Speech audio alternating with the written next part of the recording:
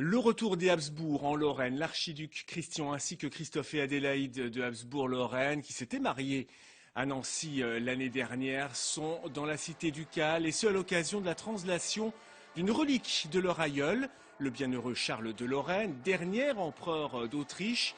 Et en duplex de la place Stanislas, on retrouve son Altesse impériale et royale Christian de Habsbourg-Lorraine. Bonsoir, monseigneur.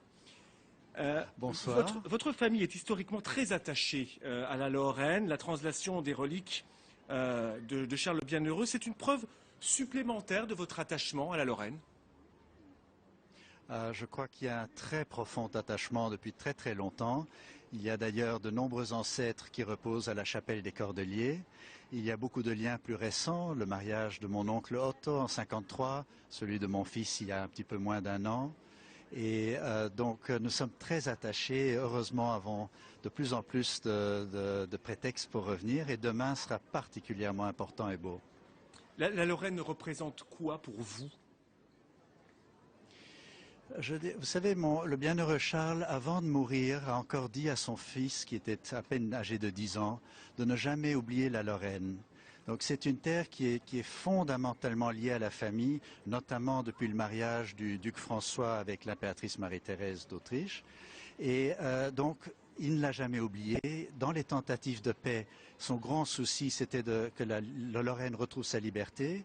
Mon oncle Otto y était très souvent et très attaché, et donc je trouve que d'une certaine façon, si je peux me le permettre, mon grand-père qui est mort seul dans l'exil, loin de tous les pays qu'il aimait, eh bien demain peut-être c'est un petit peu un retour à la maison. Demain, messe pontificale à l'église Saint-Èvre, hein, c'est ça demain, hein. Saint-Èvre, avec l'installation des reliques, souhaitée et demandée par Monseigneur Papin et par le diocèse. Et donc nous avons été particulièrement heureux que cela puisse se passer, et je pense que ce sera une magnifique célébration, très importante. Et puis une conférence, hein, ce soir également.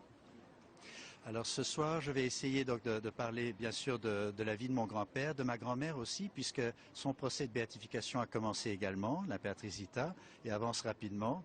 Et je vais essayer de lier quand même toute sa vie, ses vertus, ses valeurs, son style de gouvernance avec l'avenir. Parce qu'après tout, ce qui compte, c'est les jeunes, c'est aujourd'hui et c'est demain.